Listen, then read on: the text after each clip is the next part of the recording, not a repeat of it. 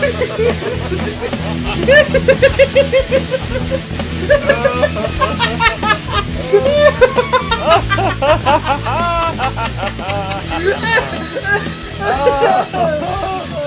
then she said, I can't help it, Father.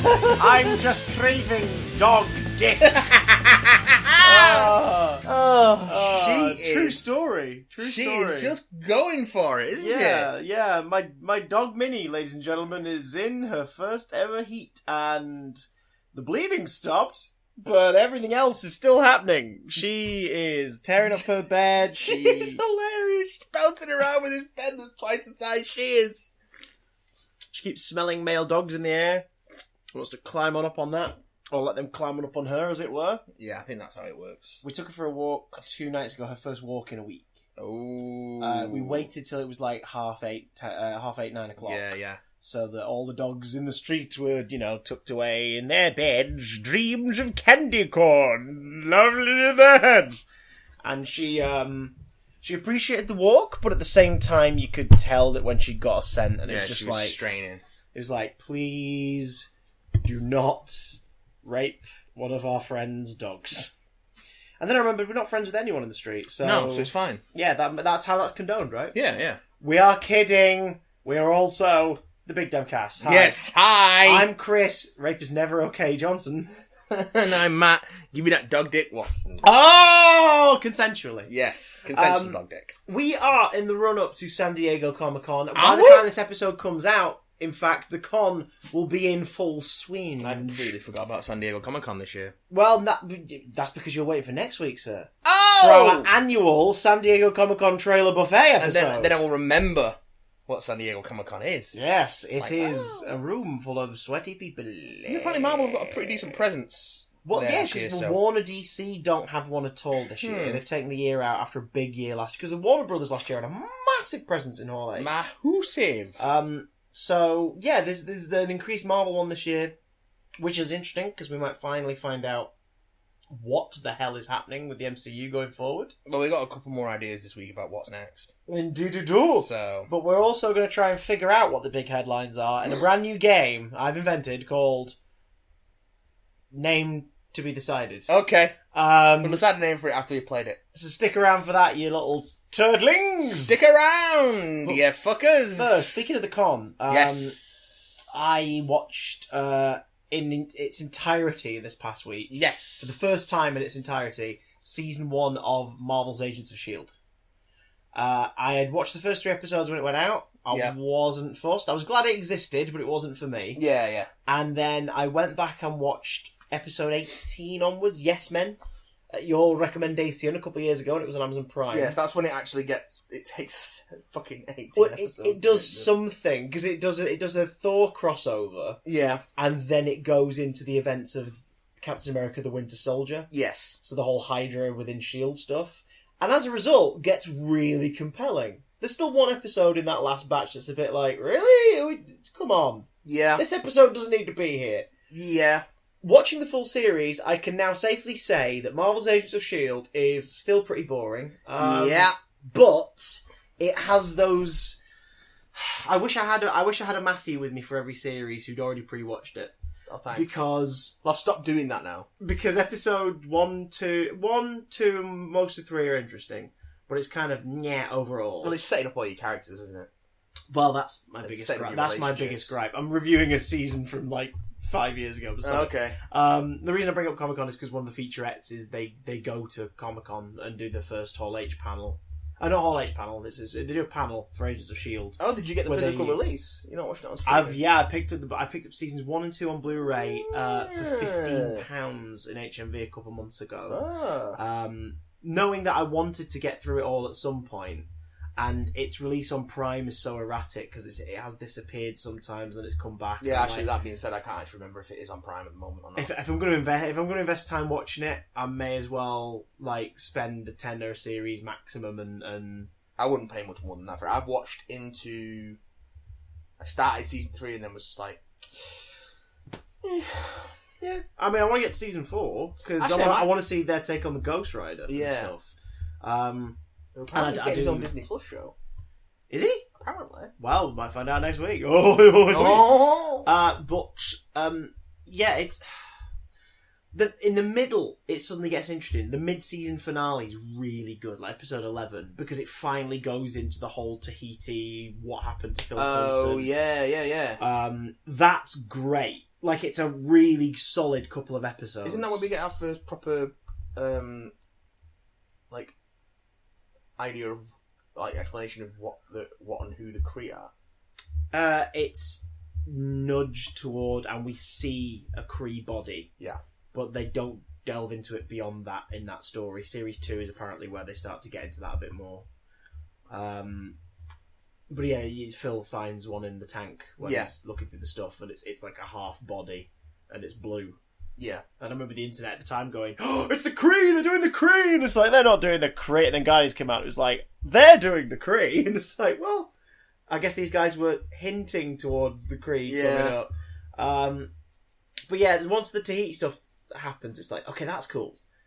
And then it just gets really boring again for a bit. It would benefit from being 10 episodes. It would massively benefit from being 10 episodes, and it would benefit by dropping a couple of its core cast. I am only one season in, boys and girls. There may be Agents of S.H.I.E.L.D. fans listening into this right now who've stuck with the show its entire life so far. Yeah. I do not get the appeal of Fitz and Simmons. I knew you were going to say that. I don't get them. I just don't get them at all. Like, I understand, we want science characters and they're not as hard-ass as the agent side of it all. Cool. Have one character. But that's the gag. They have a single name, so you think it's one character, which is and then dropped they turn up, after and then it's two. It's dropped after like episode 2. After that, they're referred to as Fitz and Simmons. So the Fitzsimmons. So the shippers already have a name. Well, that's the other thing. When you get to the last episode, and it's these two express their feelings for each other. These two express their feelings for each other. These two express their feelings. It's just like, oh, get on with it. Christ alive. The most fascinating stuff in it is when they delve into Coulson, who is such a pleasant character on the surface, the way he presents himself and everything. When they delve into him getting into really gnarly territory, that's interesting. And Clark Gregg plays it so well. Clark Gregg, who I didn't realise, wrote What Lies Beneath. Yeah. What the hell? That's a pretty decent movie as well. Dude wrote some screenplays, dude directed a few small movies, then was like, I'm going to act more. And started acting and shit. Well, not. Because why not, you know? Nice work if you can get it. Yeah. So I hear. You and me both. Oh my god, what's her name now? She plays Melinda May. Oh, Ming-Na Wen. Ming-Na Wen is fucking great. She's great, but they don't give her much to do beyond scowling and being a bit blank for a lot of the series. Later on. Yeah, well, by the last episode you realise it's because they're setting up as is she actually a double agent kind of thing, and it's like, of course she isn't. She is, but she's doing it on behalf of Fury because she's a good guy. Fury rocks up at the end of episode 2. It's nice, but once it's over, you're like, that felt like a pointless scene.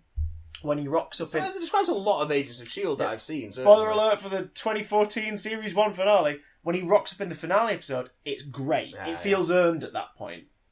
Because it's gone alongside the fact that, you know, S.H.I.E.L.D's gone down, Fury is dead, unquote. Like, you know, it feels earned. It feels like oh my god, it's the last episode. Bill Paxton's our villain. The late Bill Paxton. And Sam Jackson is in the episode. Yeah. This is great. And you know, Kobe Smulders popping up from time to time is a really nice way to connect it to the MCU in a non-gratuitous way. The stuff with August Thingy Woods as Michael Peterson, a.k.a. Deathlok, is done quite well, but almost stretched out too much. Yeah, the Deathlok stuff's okay. And some nice Easter eggs. Like, oh my god, what is Bill Paxton's character called? I can't remember now. I can't remember now. But his the villain basically. And he is a comic character. He does have a comic character. He's a Frank Miller creation, and he's just an agent from Daredevil run. In this, he's part of S.H.I.E.L.D.'s like sort of longer running agents, and he's an arsehole, and he's charismatic and likable, but also a monster. And then he's one of the field operatives. Extremist plays a big. Basically, this series is a complement to Phase 2. Like it relies on your investment in Marvel Phase 2 to give a shit about a lot of the stuff that pops up in the series. Yeah. But Fitz and Simmons I just get bored of them so quickly. So quickly. And I can see the actors are trying with it, but they sort of settle into a groove in Series 1 where they're just doing the same thing all the time. In the words of Mr. Sunday Movies, Agent Jake Chisel, a.k.a. Agent Ward, is just... It's fine, but then it gets to a point where you're like, oh god. Like, the most interesting thing that happens is when Skye realises he's working with Hydra. Because she finds the body of Patton Oswalt's first character in the rafters in the stock cupboard. Yes. And she realises that Ward has killed him. That's brilliant. And Chloe Bennett, for all of her insufferable real life, turns out she's a bit of a douchebaggery, is great as Skye in this show. She's great in this, and I can't wait to see the transformation because I know a little bit about who her father is, because it's alluded to at the end of the series that it's somebody they keep talking about the monster she might become. I can just straight up tell you. It's Mr. Hyde, right? Is. Yeah. It's Mr. Hyde. Yeah, played by Kyle MacLachlan. Oh, okay. Alright, I didn't know that part. I didn't know he was playing him. Is he really good? Please tell me he's really good. Kyle MacLachlan, of course he's fucking good. Cool, fair enough. Because that's one thing where I was like, oh, that's cool. And she basically becomes the MCU version of Quake. Yeah. Okay. Because they later on reveal that her actual name is... Quake. Daisy Johnson. Daisy Johnson. Yeah.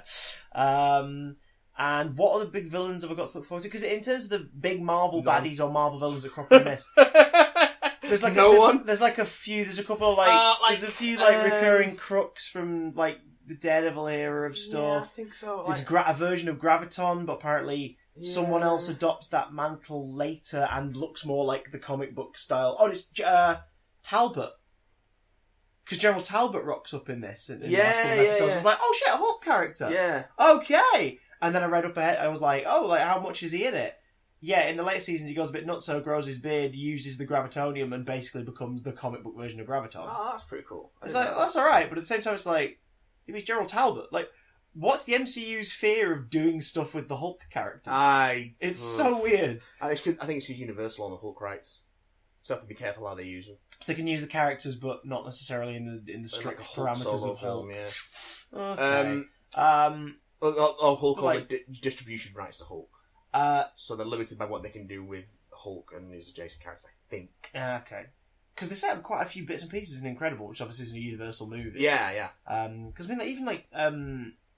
Ty Burrell. Ty Burrell is in it. Yeah. As freaking Doc Samson. Yeah. It's like, you can do something with that? Nope. It's Ty Burrell. People would totally watch a movie where you take the known comedy actor Ty Burrell and give him something where he's a lot more like kind of in a world of fantasy and thingy, especially if it's Doc Samson. You make him a cheesy freaking government-sanctioned hero. Like, that would be amazing. I'd love that. Make him less sort of like, tight t-shirt strongman and more kind of like, I'm the whiz kid who solves it. I've got super strength. I bring these gadgets. That'd be amazing. Will he have long green hair, though? He bet fucking had to. But he won't, because Universal on the rights to the Hulk stuff. God damn it! And I know there are some big Marvel characters that rock up later. I know Absorbing Man's in Series 2. Yeah. Which again, primarily a Hulk character, sometimes a Thor character.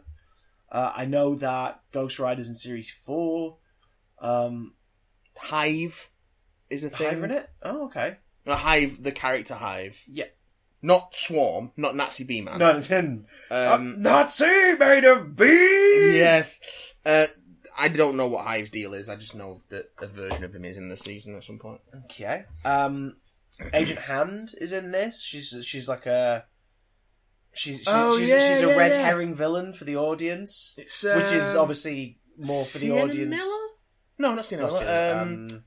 She was in Deep Blue Sea. Yes, I can't remember her name. I can't remember. But she's sort of she's a red herring villain for the audience that only really works if you remember her from Thunderbolts and Dark Blade and everything. It's let's bring in Victoria Hand and let's do nothing with her. It's fun. There's about 10 episodes where I was like, oh, this is really cool, and that's it, and that is its biggest problem. So what I'm saying is, Saffron Burrows. Can we kill Agents of S.H.I.E.L.D.? Even though apparently the latest series is set full blown in space and might be tying directly into the MCU Phase 4 more directly. Yeah. Can we just kill it and bring back Daredevil from the dead? Cheers, thanks. Okay, so we need to get Topher Grace to do a edit like he did with the Star Wars prequels. Fair. I mean, if he's got the free time to do that. I'd be up for that. Topher Grace, edit me an Agents of S.H.I.E.L.D. Season 1 in 5 hours. Cut. Yes. Thank you very much. And Tofyori Grisaro. Speaking of Topher Grace. And the greatest Marvel performances of... I'm fucking kidding. No. But speaking of Marvel films... Yes. We've got some ahead of Comic-Con news. Yeah, we've got another peek at what's coming in Phase 4. Yeah, it hasn't been confirmed, but the Hollywood Reporter... I believe it has been confirmed now. The Hollywood Reporter have confirmed, as of this recording, they've confirmed the talks have happened. Well, because what has happened Which usually means they're about to be announced or signed off on. I think the reason that this has come up is because Taika Waititi... Yes. Was working on... As previously discussed in an episode earlier on this very month, No, he's working on a different project. He's working on the live-action Akira we brought that up when we talked about Flash Gordon. Yes. We were like, that's his next project? That film that no one wants, apparently? I know, right? But because no one... Let's be honest, I'm not even a huge fan of Akira, and I don't want a live-action Akira. Akira's good, man. It's good. Yeah, but you've got a thing for motorcycles and flesh mounds. Yeah, that's true. You fleshy, mound-loving motorcycle man. I love a flesh mound. So... Fuck.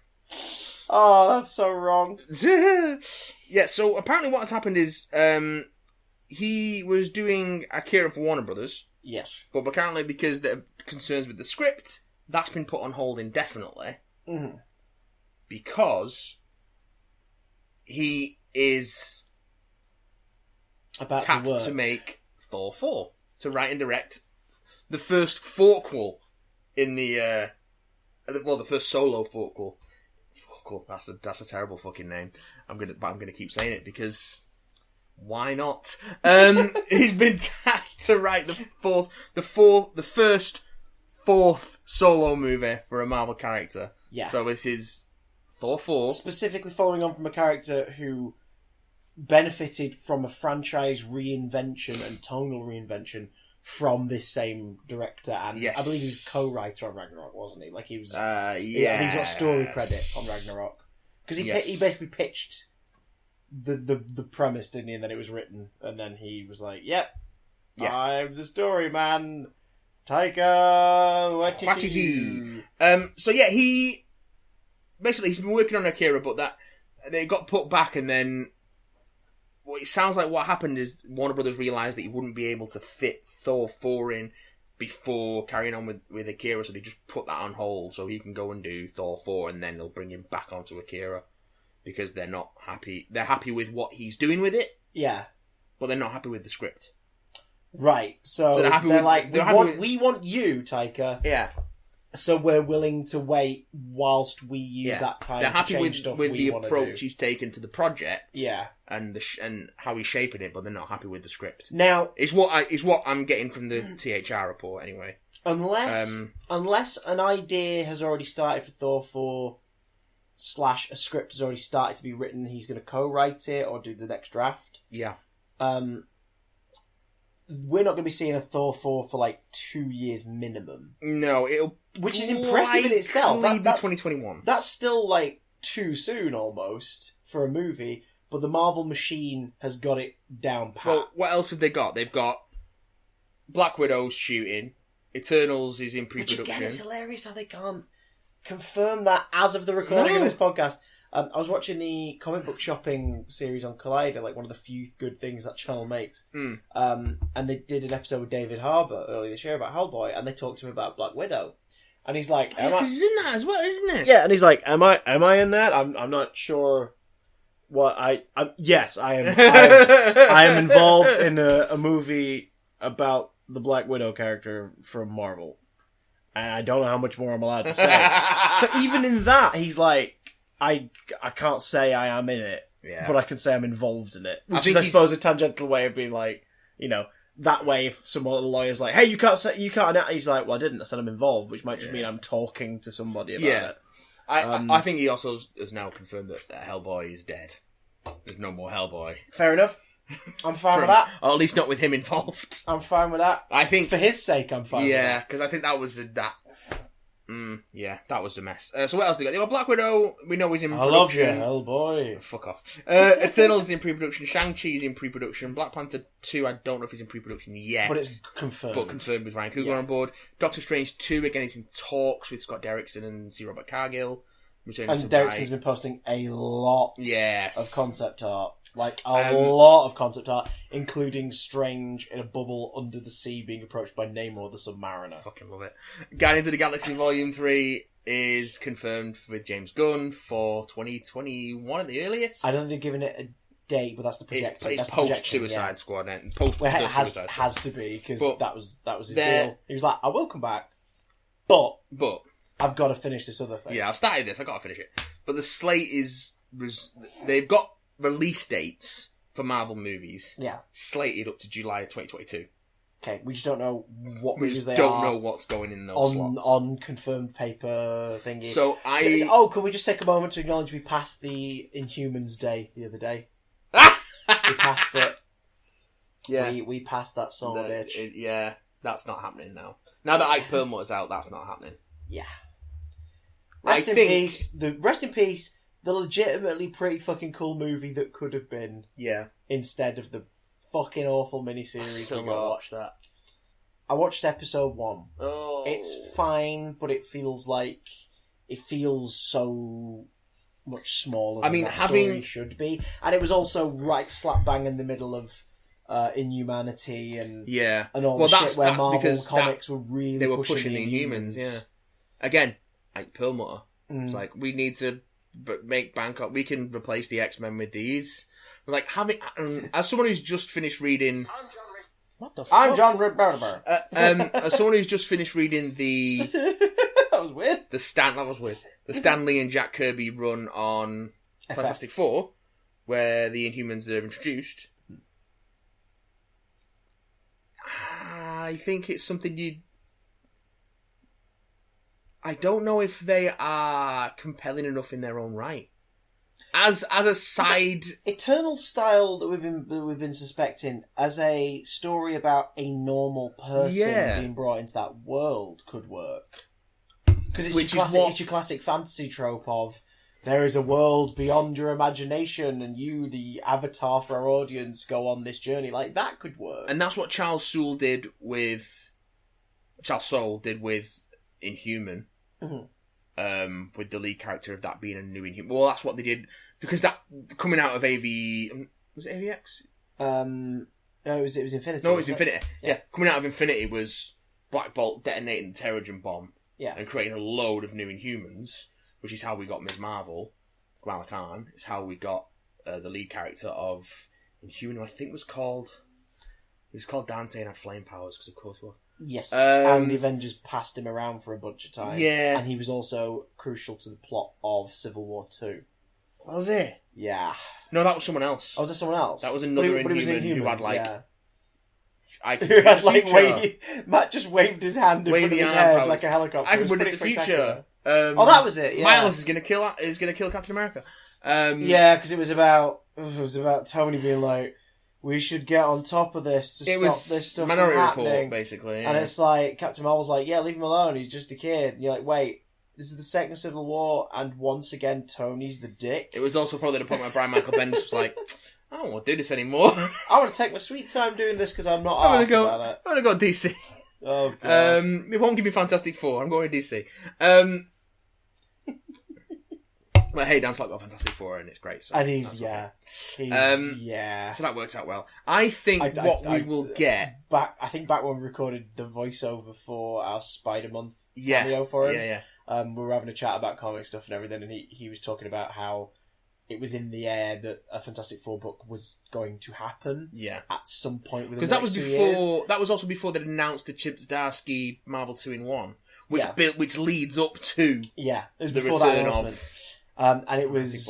He said, like, there's a couple of us who were kind of not so subtly putting our finger into that pie and going, "Hi, could we maybe?" And he said, "I can't say who it is, and I can't say if it even happens." He didn't even say it was Fantastic Four. He said, "I can't even tell you that. I can just tell you it's a book about a certain family that I really want to write for, and I wish they would come back." And I was like, "I get it." So I could tell from that conversation alone. He wanted to tell stories about he's doing a cracking job so far. And the storms of this world, the Grims. So yeah. Well, the first thing he did was finally get Ben and Alicia hitched. Issue 6. Yeah, and it was beautiful. It was beautiful. They're totally in Phase 4. I'm just putting that prediction out there now. Yeah, they're in Phase 4, and I've gone off on a tangent, but what I wanted to say originally was, I think what we're going to get instead of Inhumans at SDCC, is what they did post Avengers last time, where they just do a thing and go, okay, here's the slate for the next 3 years. Like a couple of weeks before SDCC, wasn't it? And they just went. They had their own event, basically. Yeah, I think it was just before Ant-Man came out. It was like between Age of Ultron and Ant-Man. Because they said like Age of Ultron. Yeah, because they revealed Ant-Man and the Wasp. Ant-Man is coming up. Ant-Man's coming up like next month, and we can't wait for you all to see it. And they showed like some footage and stuff, and it was like, God, that whole Captain America the Serpent Society. They just went, I'm not sure. At the very end, Feige's like, I'm not sure about that title. Can we try it again? The graphic changes to Civil War. And then Downey Jr. comes out. Downey Jr. and Chris Evans come out, everyone loses their shit. And then they're like, oh, by the way, it will also debut Black Panther, and here's Chadwick Boseman who's going to be playing it. And it's like, the fuck? I would not be surprised if they drop another one of those on us with... You were back in Manchester by that point. Yeah. Because we were in this room as the news broke. I wasn't back, I was visiting.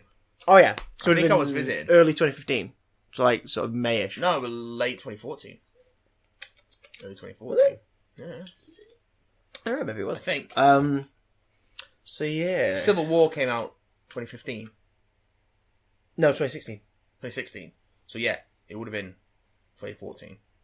Because stuff got moved around and Spider-Man got added. No, the announcement was made either just before or just after Age of Ultron in 2015. Which was earlier 2015. I think you were literally up for just like a weekend because you came over. No, I moved back in April 2015. Oh, so it would have been around then. Yeah. Oh, so you're already here. Welcome back. I can't remember. Point is, I remember you being in this living room on the night that we found out because it was like 9 a.m. in America. You were here that afternoon, and we were just like looking at Twitter, going, "The fuck is this?" And like the slate came out. I was like, "Oh my god!" We might be getting that again. He says, as of the recording of this podcast, before Comic-Con If I was Marvel, that's what I'd do, because you've got this big fucking question mark. And everything's come out for this year, and we've got a sense of what the MCU is going to look like post Endgame because we've seen a movie set in it. Now we can go, okay, well, this is what you got to look forward to. My theory, and it is mine. Although I've seen other people mention it, I rewatched Far From Home last week. Yeah. Non-plot spoiler for Far From Home, not a plot spoiler. But in that last scene, pre-credits, where he's swinging through the city, there is construction going on on Stark Tower, what was once Village Tower. Yeah. It doesn't show you anything above, like, the base building. Yeah.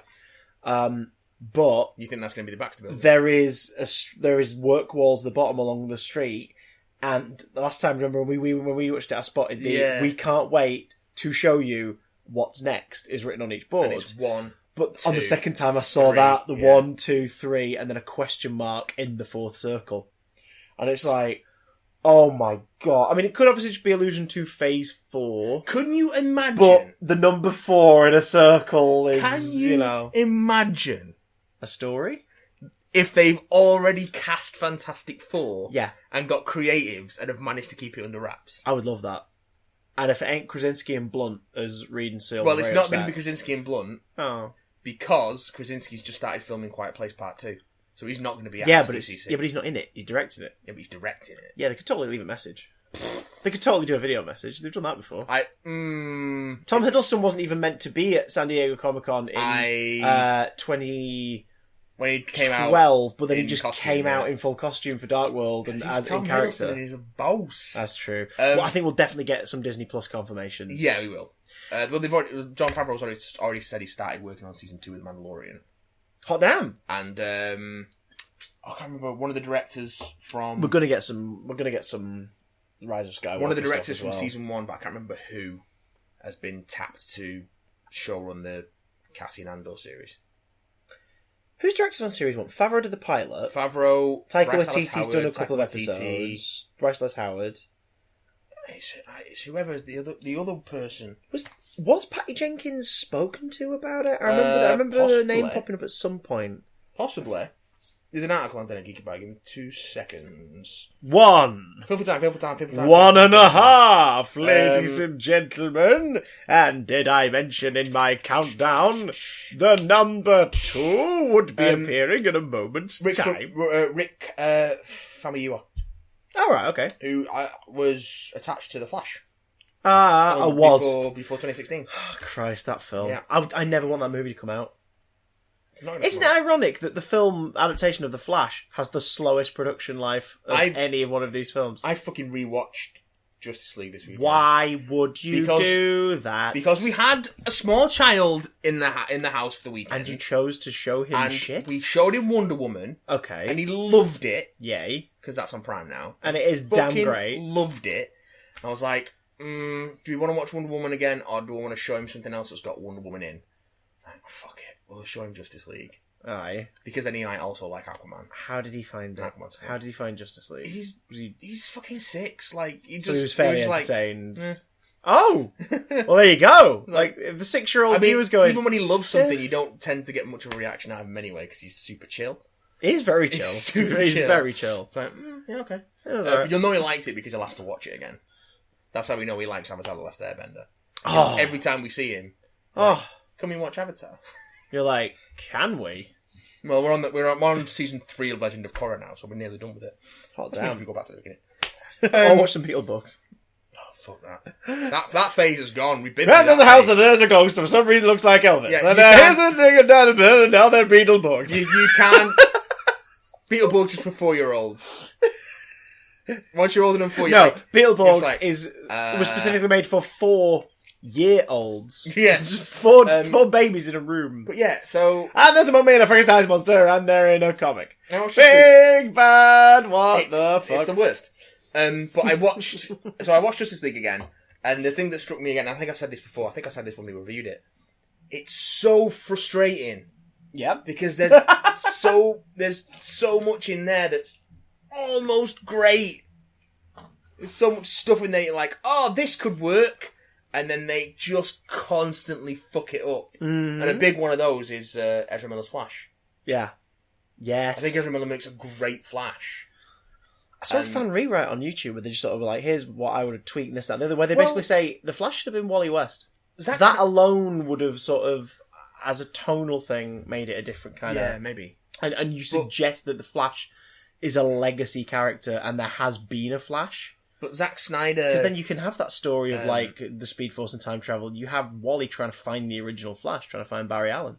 Zack Snyder's been a lot more vocal recently about things that were changed from his production to the final production. He's stoked the Snyder Cut flames. Like, oh yeah, I've got a Snyder Cut. So like it doesn't exist. Like... He cut together a film up to that point. That's common practice for blockbusters, for them to have a cut up to that point. It's not a completed movie. I think that's what people don't get. But he's purposely not saying that to rile up that fan base. It's really weird. He's saying that he's got...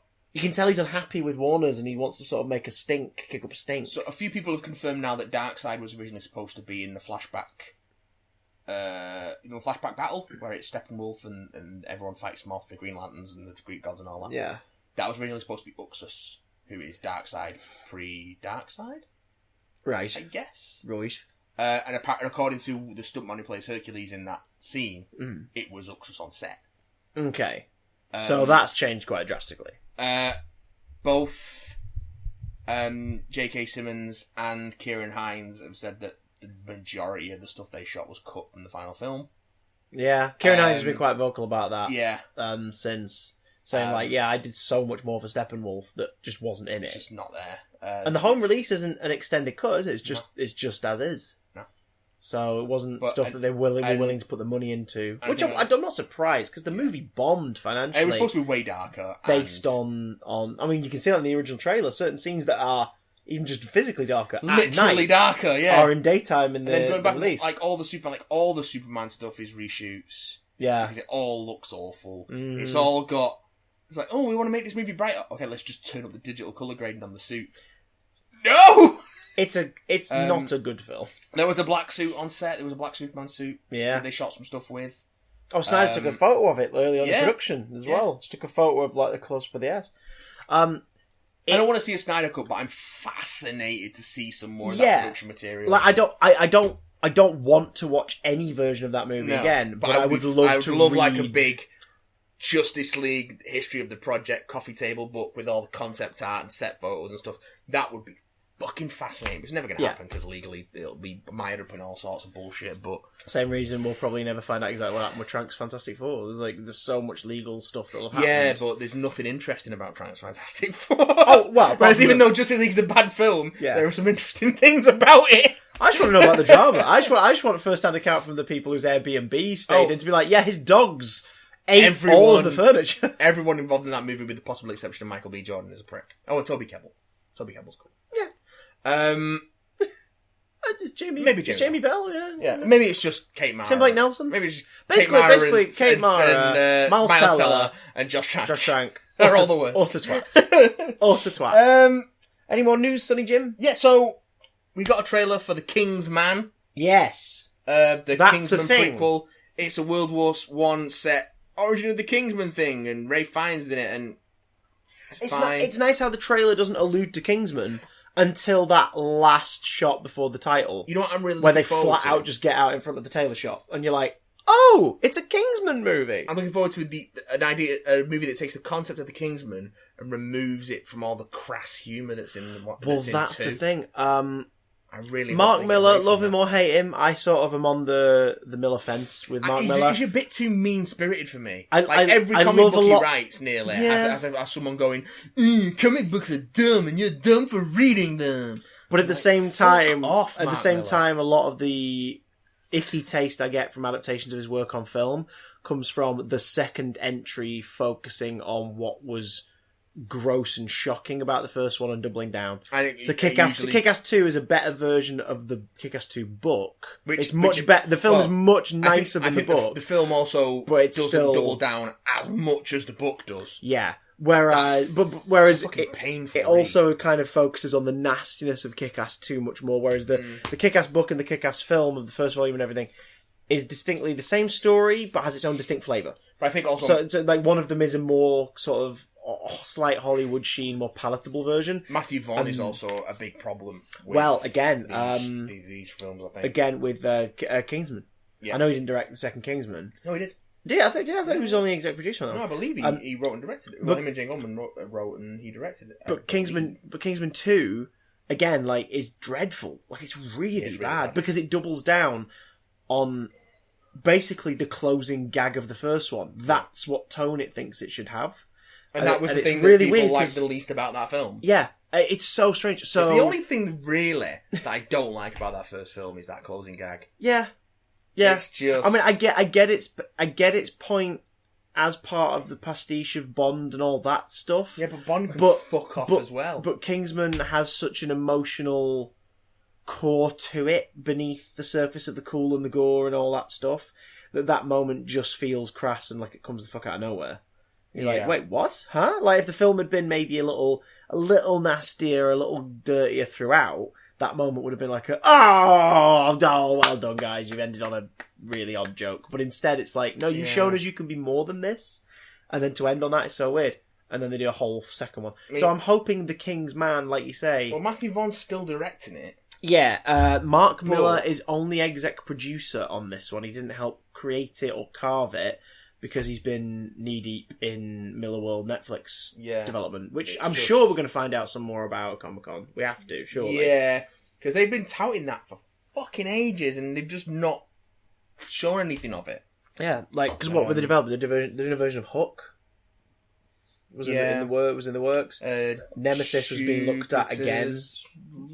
Jupiter's Legacy. I mean, I'd watch a superhero horror movie based on Nemesis. Like, again, that is a nasty ass book. But if you're going to adapt it, lean into that and don't be like, it's a superhero horror movie. Be like, no, this is a horror movie about a psychopath who this is his style. Like this, like evil Bruce Wayne. Like, do that. Yeah. And make it more of a horror movie. Like the way that Brightburn is not. It's a superhero movie, but a horror. This is a horror film.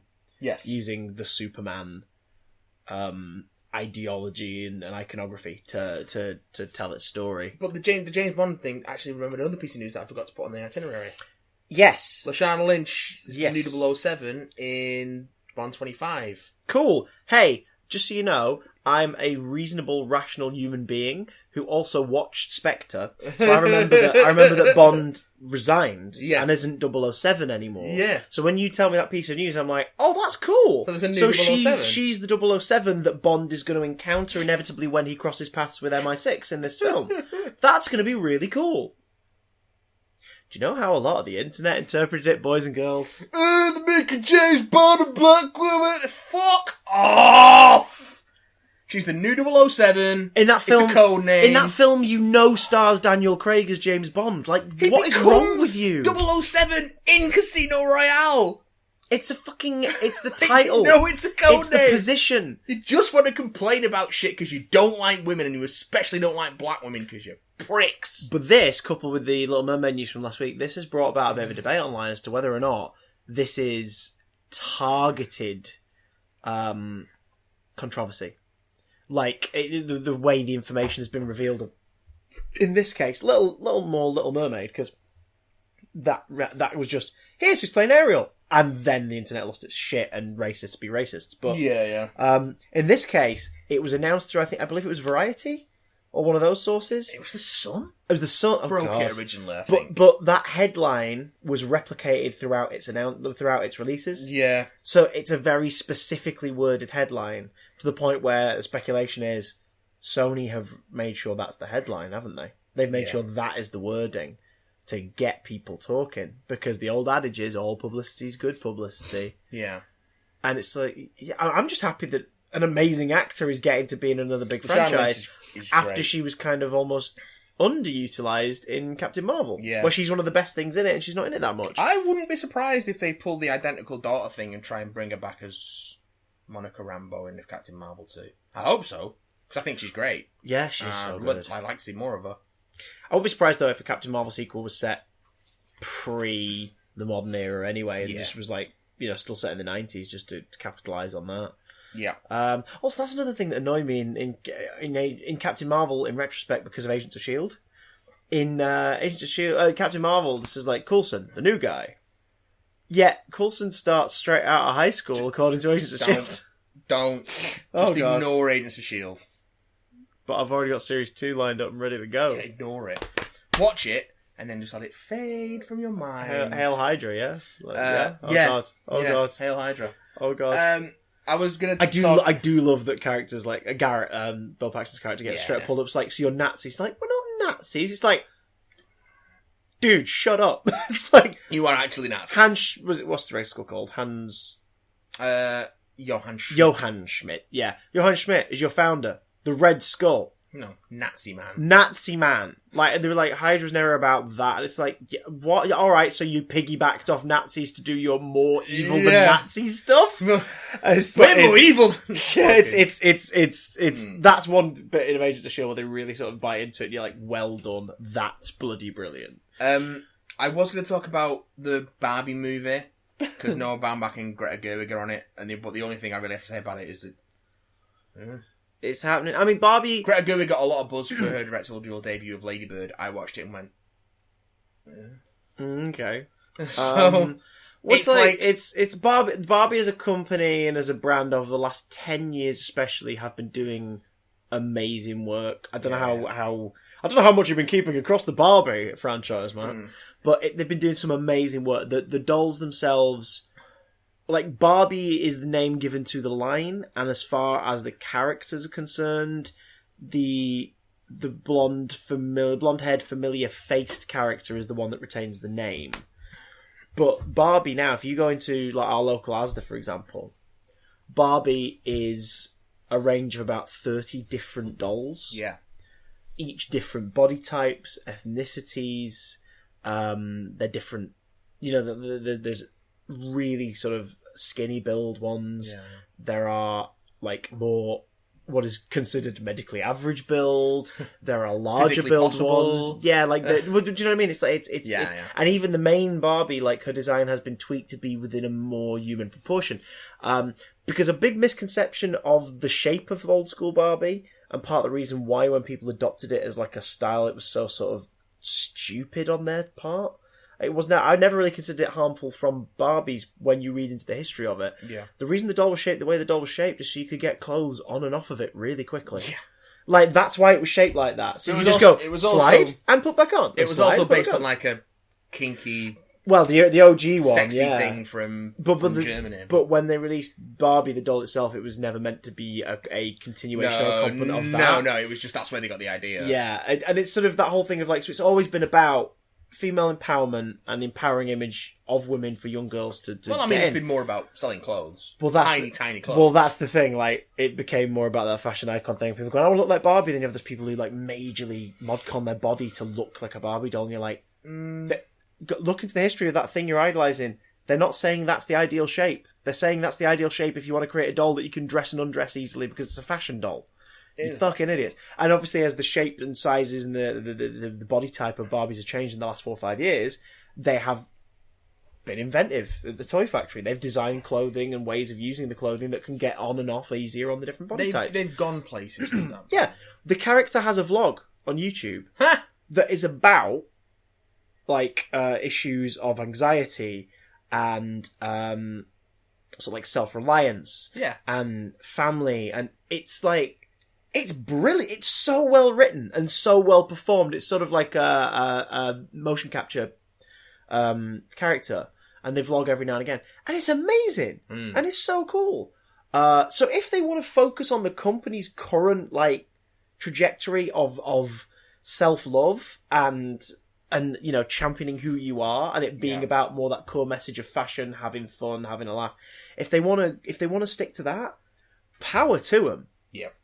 And Margot Robbie seems to be like a pretty cool person based on interviews and everything. By all accounts, so to have her playing Barbie, as is apparently the case, great, cool.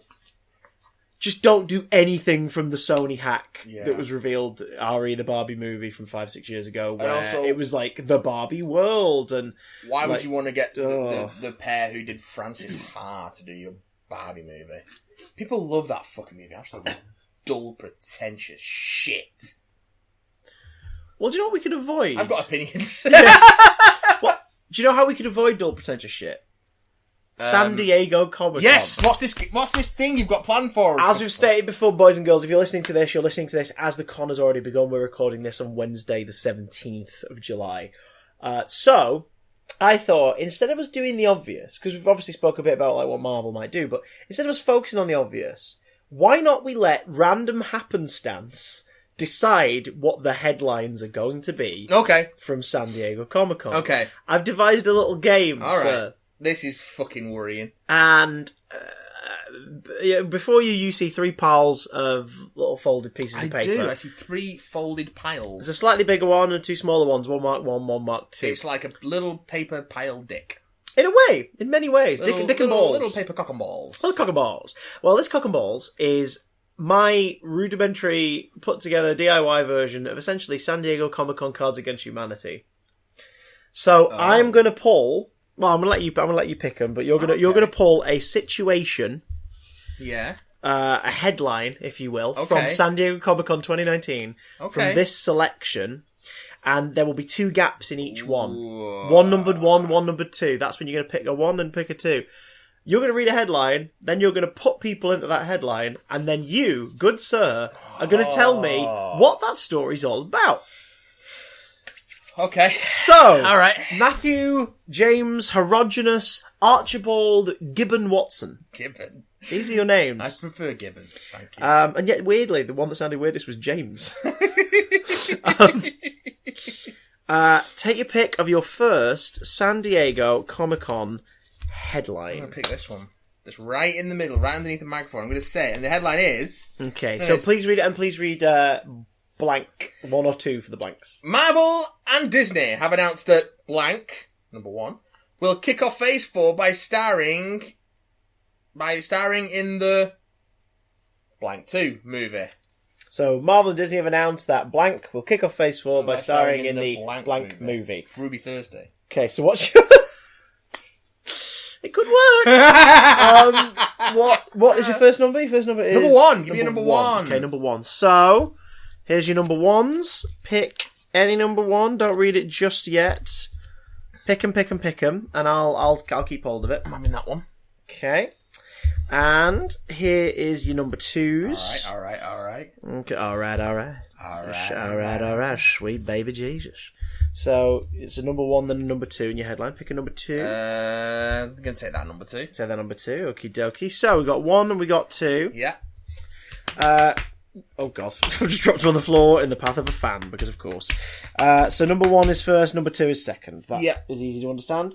So together, let us read out the complete headline. Okay, so Marvel and Disney have announced that Brie Larson will kick off Phase 4 by starring in the Aunt May movie. So Matt, apparently Phase 4 is kicking off with an Aunt May film. Yeah. Starring Brie Larson? So I guess... What's that about? Why have they gone in that direction? They are going to dig into the history of Marissa Tomei's May. Yeah. Marissa Tomei. Very good. And reveal her pre-Ben Parker relationship with Carol Captain Marvel Danvers. Hold up. Slow the press. Yeah. Stop the phone. Grind the dreams.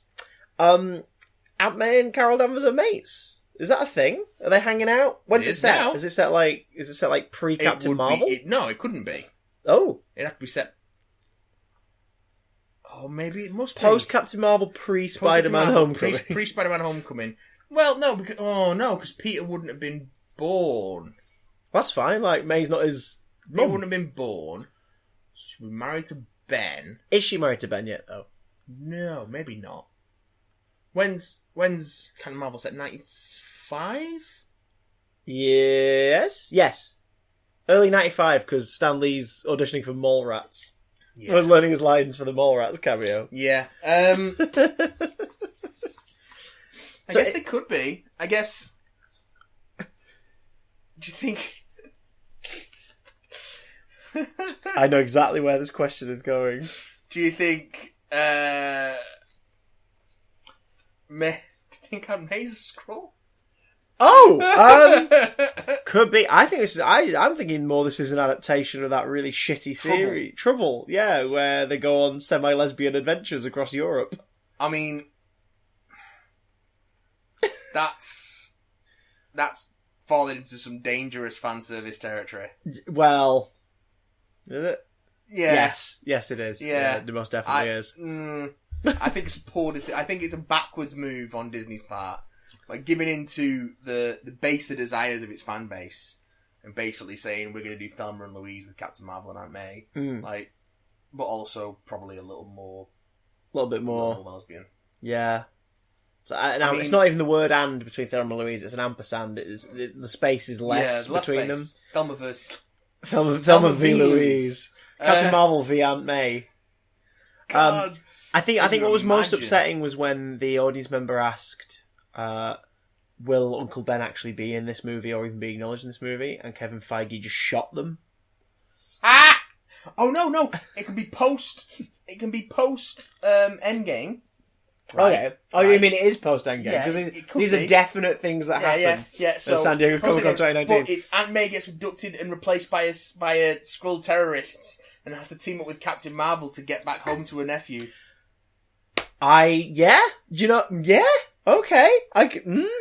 Yes. Considering how sparse the details have been so far about this project, I think that's the way they should take it. Do you think we're going to get any footage at New York Comic Con? No. Because I love it when they showed that still of Aunt May ninja kicking Nick Fury in the tits. Yeah, that was quite good. And the fact that they explicitly worded it that way in the press release. Kick Nick in the tits. Kick Nick's tits. Kick Nick's tits. Nick his tits. I can't wait for that. It's going to be an amazing way to kick off. I think that's a really, really smart way to capitalise on your sort of side characters. Yeah, it's going to be pretty cool. Do unexpected things. Yeah. Coming out in March 2020. Aunt May. Okay, 1, 2, 3, 4, or 5. I'm going to take this one. Go for the 5. Okay, so what is your new headline? And give us the blank, is, sorry, Jim. Blank, number 1, is in talks to direct a movie adaptation of blank, number 2, using only puppets. Okay. So, pick a number one. Which one do we go for? We're going to go for that number one. Pop it in my sternum. And we're going to go for that number two. Okay, so... open up number one. Keanu Reeves is in talks to direct a movie adaptation of... Batman. Using only puppets. Now, this surprised everyone, because everybody was under the impression that Matt Reeves was directing a new Batman movie. No, they're gonna do a Sony Spider-Man thing. They're gonna have multiple Batman universes. Right, but they're only hiring people with the surname Reeves to direct. Yeah. Well, also Keanu. So the Vic Reeves interpretation of Batman's Big Night Out is due next year. One of the things that people don't know about Keanu Reeves is he's actually like the John Cusack character from Being John Malkovich. Really? Where he's really into marionettes, and he wants to do a movie with life-size marionettes, and the only way you can do it is really get a big license to work with, and also some very tall cranes. Yeah, very tall to cranes. Hoist up those marionettes. It's going to be basically shot in proscenium arch, but he's going to be in the flies, just doing big life-size puppeteers. But it's good because it means they can really push the boat out with the action because they don't have to worry about injuring anyone. They just bash puppets together. It'd be like Team America, but good. And Batman. So I think they can, if this pans out, I think they can really do some interesting stuff with it. And also get a bit crazier on the character designs, because you don't have to fit someone in the suit. You just have to manipulate the puppet. But I think Keanu Reeves' sensibilities of just being, a really chill dude with a taste for action can sort of help to really highlight the duality of Bruce Wayne / Batman, of the chill Bruce Wayne facade, which, hides the almost a murderer Batman beneath. Almost, but not quite a murderer. What did you think about his reveal that he will be playing in live action amongst the marionettes the role of Catwoman?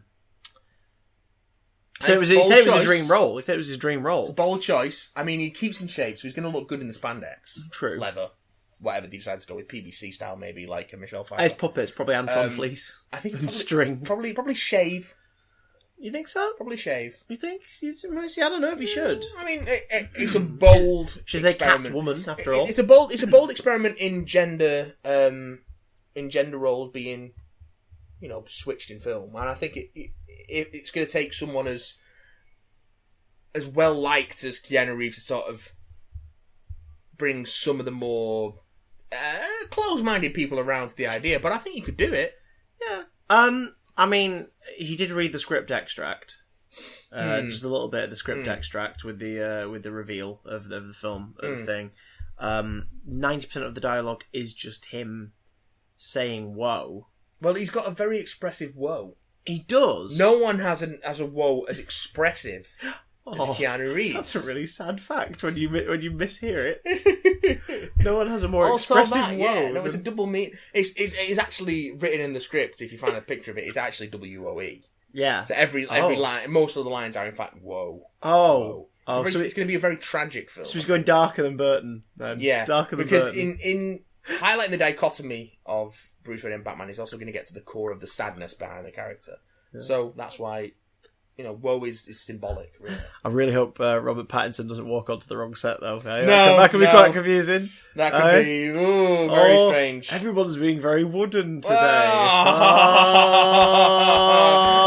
They're actually going to be low-density polyurethane. Oh, of course. Yeah, well, it's better for the environment in a way. Yeah. So Keanu Reeves directing a all-puppet Batman adaptation with life-size marionettes. Can't wait. Can you believe as well? Can you believe which other one came out? Let's take a look. The story was revealed at San Diego Comic Con 2019. It was definitely revealed. That fruit pies in the shape of number 2 are found to contain traces of number 1 within the fluffy, crusty casing. Oh yeah, no, so this was pretty tragic accident. Yeah, the food stalls in there. This really happened to go south. Yeah, so let's, for the sake of clarity, there's been some definite safety concerns about certainly about next year's event of food vendors and what's going to happen. So, fruit pies in the shape of number 2, cyborg. So intricate baking, found to contain traces of the rock within the fluffy, crusty casing. I mean, it was pretty tragic to lose him that way. Well, really, it was only a bit of him. True. I mean, he's going to be out. He's going to be out of action for a bit. Only 10% of him was in those pies. He did do that movie where he only had one leg. That is true. He's used to working down, down a limb.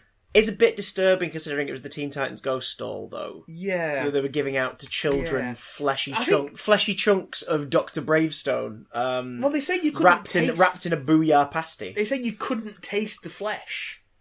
Which is worrying in a way, because they were meant to be meat patisseries. Yeah, well, they were fruit patisseries. True, but I mean, is a rock a fruit? Fruit of the body. Fruit of the mind. Fruit of the soul. Fruit of the earth. Yeah. Maybe they shouldn't have open kitchens on the con floor. No, particularly not with, those big grinders like you see at the end of Kingsman 2 that Pedro Pascal gets thrown into. Yeah. Spoilers for Kingsman 2, don't watch it, it's terrible. Because he isn't, Dwayne was a tall man. Yeah. Now he's significantly short. He's significantly shorter in a way. I do feel bad for his fans. Yeah. For the Teen Titans stall. I feel bad for his knees. Yeah, most importantly, I feel bad for America. I mean, I always feel bad for America, but this is the least of their problems, really. But it's okay, because we also had... On to slightly more positive news that definitely happened at San Diego Comic-Con 2019. Despite fan backlash, number 1 will don the classic costume to portray number 2 on Broadway. Oh, wow, so a bit of musical news. So the great news is... Yeah. That, despite the fan backlash... Yeah. Number 1, Gal Gadot will don the classic costume to portray number 2. Conan the Barbarian on Broadway. Now, I thought they would have gone with Red Sonja. Yeah, I mean, well, it is 2019. It is 2019. We can't assume. Let's be honest. Let's be sensitive here. So the idea to feminise Conan, I think, was a bold move. I think some of the soundtrack is a little on the nose. Yeah. I think Metal Bikini, Now You See Me... doesn't quite fit the tone of... Matt just achieved the bonus point of naming a song.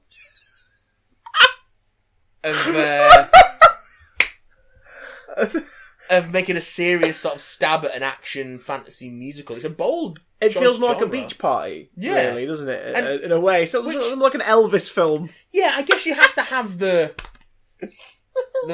tongue-in-cheek aspect of it to get something like this off the ground, but... Especially when you're going with the uphill struggle of gender swapping your main character, which as with the Keanu Reeves announcement, I think it's definitely something that people are working on to sort of break down those gender roles and open it up to more people. What did you think of the because they performed Metal Bikini Now You See Me on the Hall H stage as a taster? What do you think of Gal Gadot's choice to go full Arnie Austrian in her accent? Oh, I think although they're making radical changes, I think you do have to homage the original to a degree, and it was an interesting choice to do it. It helps give the music a little bit of snarl, a little bit of flavour, because it's not the most exciting score. It's just a lot of drums and the odd string stab. Well, that's because they only had drums and a string to stab. Yeah, well, on the stage. Hall H looks bigger than it is in real life. Yeah. You know, the actual stage, folks. You can only fit a few drums, and Gal Gadot dressed as Conan the Barbarian, and James Earl Jones reprising his role from the original film, but with a sock puppet of a snake on his hand. Yeah. I mean, I'd be interested to see if that is just a constraint of this presentation, or if that's what the budget left them. Oh yeah, no, the rights to buy Conan on stage and to pay for Gal Gadot's tenure on the show alone was the budget. Okay. So it's pretty. I mean, I hear they don't even have a stage per se. They're just sort of that explains why they didn't go with in Times Square instead of actually creating a feminized version of the classic Conan costume. They just put her in the loincloth and then sprayed a sports bra silver. Yeah. Which I guess explains why you have to have the song Metal Bikini Now You See Me, just to explain what that actually is. They sort of have to acknowledge that there is a bikini on Conan. Yeah. So I do understand that in a way. Although, technically, if it's not got bikini bottoms, it's got loincloth instead. Is it technically a bikini? It's a Barberini. But then what is a bikini, really? What is a bikini but a miserable little pile of secrets? Our next official headline that definitely will/did come out of Comic-Con 2019 is... the number 2 booth at SDCC 2019 causes a stir when they give number 1 away free in a tote bag. So you can have that. This again 2, was sort of a bit frightening for the child that found it. It's just been a real whirlwind. There's been some really crazy marketing stabs. So it was the number 2 booth. I wrote these and I'm like, I wasn't expecting this one to pop up in this scenario. The number 2 booth. Yeah, the booth for that younger Tony Stark from Heroes Reborn. So, the younger Tony Stark Heroes Reborn booth, which I think is a really awkward title for them. They're going to have to change that. They are really, in a way. But, hey, they've got to get that sweet Iron Man money. There's a lot of explaining to do. So, I guess... yeah. So, the younger Tony Stark from Heroes Reborn booth at SEC 2019 causes a stir because they gave... Jennifer Lawrence away free in a tote bag. Yeah. It was really competitive. It was really cool just to get that one Jennifer Lawrence. Well, that was the thing. She was the chase figure. Yeah. Of the booth. I mean, rumor was before the convention that she was doing it on purpose. Yeah. To get away from it all. She just wanted to get out there and be taken away somewhere unknown. Yeah. It's. I mean, where was she expecting to be taken when she was hidden in a giveaway from Comic-Con? Like, she was going to end up in. Like some mouth breather's fucking basement. A neckbeard's satchel. You know what I mean? Is like literally the last place I'd want to be if I was, an attractive woman, even if I did have a shitty attitude. But, I'll be honest, I'm just surprised that she chose that stand, because as is known at Comic-Con, yeah, she's not she's not a big fan of the comic book thingy, sort of movie genre. But everyone was going to be at that stand, because everyone loves that time they killed off Tony Stark and brought him back as a time travel teenager in the 90s. It's a really, really iconic, well-loved part of the comic mythology. That no one has ever truly tried to brush under the rug at all, and it's definitely beloved. For a while it was in those long top boxes. Yeah. With the Stan Lee Presents, and it had the little blurb about who the character is and what they do. That was a staple part of the Iron Man, and even the recap pages in the 2000s. Like, Warren Ellis insisted that be in the recap pages for Extremists. He did. Welcome to my seminal Iron Man work. Do you remember that time we killed him off? It was... And his corrupted teenage self was time-travelled into the present to replace him. It was at one point in the script for the first Danny Jr. movie. In fact, it was kind of a surprise that Jennifer Lawrence would sort of steal the thunder when it was announced that Danny Jr. will be reprising the role. Yeah, but that de-aging technology's come a long, long way. Which is why it's so odd that he decided to go for the plastic surgery route. Yeah, well, I mean, he already got one career revitalization out of Iron Man. True. So if you can... No one gets 2 bites of that apple until now. So I guess we can see where it really does take him. Although shaving those couple of inches off his legs to shorten him to look 14 probably... Because that's not going to grow back. He's going to have to get another procedure to get that bone put back in. But on the plus side, The Rock can be a stunt double this year. Maybe. There is that. But yeah, Jennifer Lawrence, it's the most commitment I've seen her show to anything in about a decade. So if anyone finds her... Please put her on eBay for I'd like to know that scalper's she's safe. Ransom. Yeah. Let's be honest. I don't want any harm to come to her. No, but do sell her for an overpriced amount on eBay to the highest bidder. But free her. She's not an object. Yeah, well, she isn't an object, but she was given away in a tote bag, and as we all know, that does make you tat. It was her idea. Oh, true point. Commitment to the role. And finally, the last X-Men movies. Headline to definitely come out of San Diego Comic-Con 2019. This was a real turn up for the books, in more ways than one. Because a new series of erotic novels from the pen of... I can just read these direct. From the pen of... Taika Waititi. He's a busy boy. He loves his erotica, does Taika Waititi. Will show a saucier side of... Zombies Ate My Neighbours. Oh, now that, for those who don't remember, Zombies Ate My Neighbours was a classic LucasArts SNES and Mega Drive game in which you played a kid and his sister basically saving the neighbourhood from zombies and monsters and all things crazy with squirt guns, exploding soda, all that kind of Exploder, nonsense. if you will. Exploder. So Taika Waititi, of course, known for his love of wacky things, and he's got. You look at what we do in the shadows and some of the gags they make. He's got a bit of a horny side. There's a lot of jokes about anuses in Thor Ragnarok. Quite a few. Fingers being all sparkly and tingly and things like that. They get up in there. Yeah. Up in this piece. Orgies. It's going to be... It's my birthday. I would like them to sort of... I think he will, because I don't think he's quite this kinky. I hope they're going to avoid the incest route with the two main characters. Because they are brother and sister. Unless rebooting, they make that... they remove that relationship. Sort of girl and boy next door kind of vibe instead. I think that's a more... And sort of using this invasion of creatures as a... backdrop and sort of metaphor for burgeoning sexuality. Because I think the girl's a bit older. Mm-hmm. So that's that younger boy... being taken on the wing of an older woman, even though they're both still relatively young.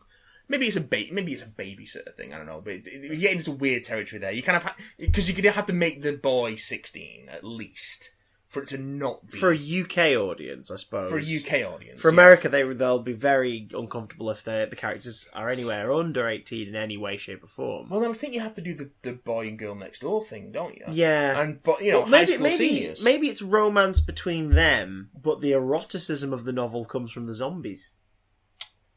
Maybe he's been very unclear on it. Aside from the fact that he just got up on stage and started reading an extract to himself, and then just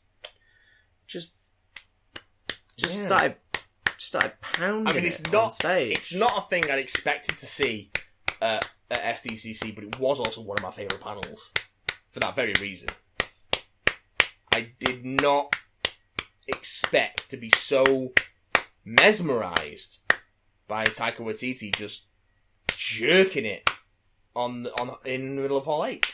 And especially when his seed, shall we say, shot forth. Got some serious distance on that. He must have really been edging it. My favourite part was the fact that it cleared the third row. Yeah. And as it did, he whispered into the microphone, "Piss off, ghost." Is that...